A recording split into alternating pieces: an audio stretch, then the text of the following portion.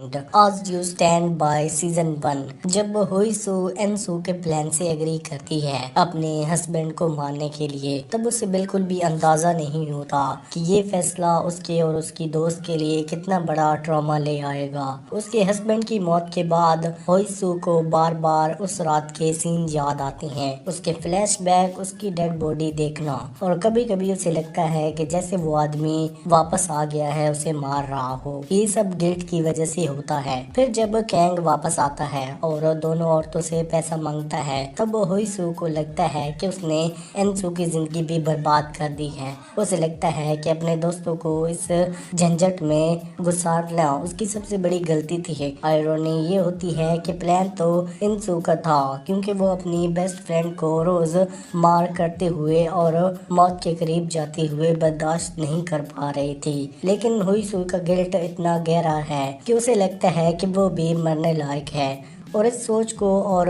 मजबूत बनाती है जिन पॉय, जो जिन यू की बहन है। ये और भी शॉकिंग बात है, जिन यूंग एक पुलिस ऑफिसर होते हुए भी अपनी प्रमोशन के लिए आंख बंद कर लेती है अपने भाई के जुल्म पर। उसका भाई एक औरत को मार रहा था, लेकिन वो सब इग्नोर करती है। ऊपर से उसकी माँ, जो लोगों को डोमेस्टिक वायलेंस विक्टिम सपोर्ट के लेक्चर देती है, खुद अपने घर के जुल्म में छुपी होती है। जब जिन योंग ह्यूसू को कहता है कि अगर वो चाहती है कि इंसू जिंदा रहे तो उसे खुद मार लेना चाहिए, तो हुईसू बिना सोचे समझे तैयार हो जाती है। वो अपनी जिंदगी से इतनी थक चुकी होती है कि उसे बस सब कुछ खत्म करना होता है। अच्छा ये होता है कि मिस्टर जिन और इंसू टाइम पर पहुंच जाते हैं और उसे बचा लेते हैं, लेकिन उसके दिल में ये एहसास फिर भी रहता है कि उसे मर जाना चाहिए था। हॉस्पिटल में जब हुईसू होश में आती है और देखती है कि इंसू अब भी उसके लिए लड़ रहा है, तो उसे लगता है कि अब सबसे सही काम ये होगा कि वो सच बोल दे। उसे कन्फेस कर लेना चाहिए ताकि जिन योंग अब उन दोनों को नुकसान ना पहुंचा सके।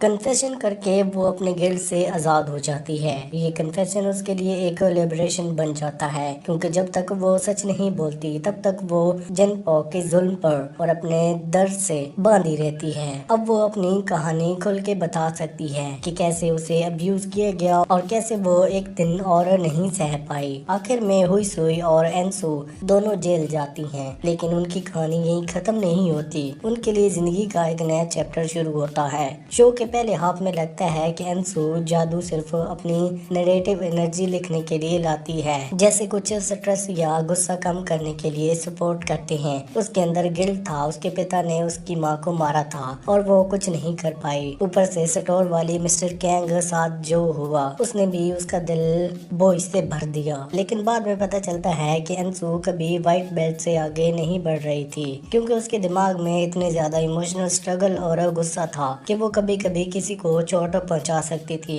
और एक दिन वाकई में ऐसा होता है, वो एक स्टूडेंट को चोट पहुंचा देती है, जिसके बाद उसे 1 महीने के लिए सस्पेंड कर दिया जाता है। थोड़े दिनों के बाद जब वो कोच से मिलने जाती है, तो कोच ऊपर से करने लगता है और कहता है कि फाइट खत्म होने के बाद कोच उसे ब्लू बेल्ट देता है, क्योंकि उसे लगता है कि ये उसका आखिरी दिन है डोजो में। उस मोमेंट में हम समझते हैं कि एनसुन सिर्फ प्रैक्टिस नहीं कर रही थी, वो तैयार हो रही थी ताकि अगर कभी उसे अपने या किसी और की जिंदगी बचानी पड़े तो वो हर कोशिश कर सके। और ऐसा ही होता है जब वो जिन पाओ और मिस्टर कोवन के सामने आती है।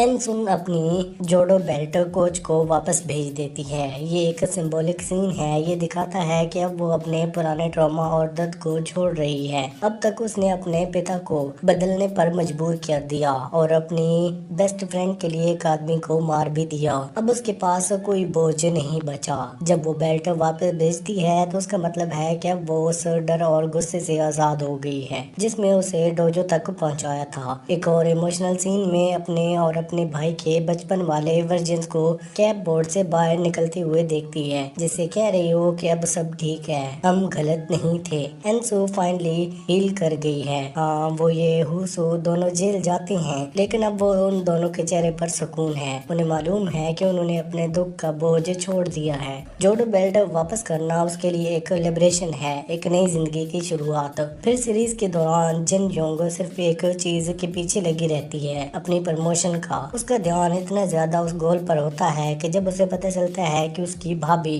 हुईसू उसके अपने भाई के हाथों टॉर्चर हो रही है, तब वो कुछ नहीं करती, बल्कि हुईसुई पुलिस में कंप्लेंट करने जाती है। तो जिन योंग उसे कह देती है कि उसका ये पर्सनल मैटर है और केस दबा देती है। आयरनी ये होती है कि अगर उसने तब हुईसू का साथ दिया होता तो शायद सब कुछ अलग होता। हो सकता था कि उसे प्रमोशन भी मिल जाती और वो इतनी बुरी ना होती। बाद में जब वो कैंग को कूलेस्ट में बंद कर देती है, उसकी माँ गलती से मर देती है, तो कैंग उसके परिवार को बचपन वाली माँ कहकर ब्लेम करता है। लेकिन शो में कभी उसके फादर का जिक्र नहीं होता, जो शायद अपने बेटे जितने ही अब्यूजिव थे। हाँ, माँ थोड़ी जिम्मेदार तो है, लेकिन जिनपो और जिनजुंग दोनों बड़े हो चुके हैं और उनके एक्शंस उनका अपना चॉइस है। आखिर में जिनजुंग सब कुछ खो देती है, उसका असली चेहरा सामने आ जाता है। एक ऐसी औरत जो अपने भाई का जुल्म छुपाने के लिए एक मलजूम औरत को मारने के लिए भी कह देती है। जब वो हुईसू को कहती है कि अगर इंसू को बचाना है तो खुद को मार लो, तब वो पूरी तरह एक मॉन्स्टर बन जाती है। कर्मा उसे छोड़ता नहीं, अंत में वो पकड़ी जाती है। हुईसू को मारने की कोशिश करने में, अपने भाई को एम्बेरसमेंट केस में मदद करने और उसका भाग जाने में साथ देने के लिए। ये सब कुछ उसके खिलाफ चला जाता है।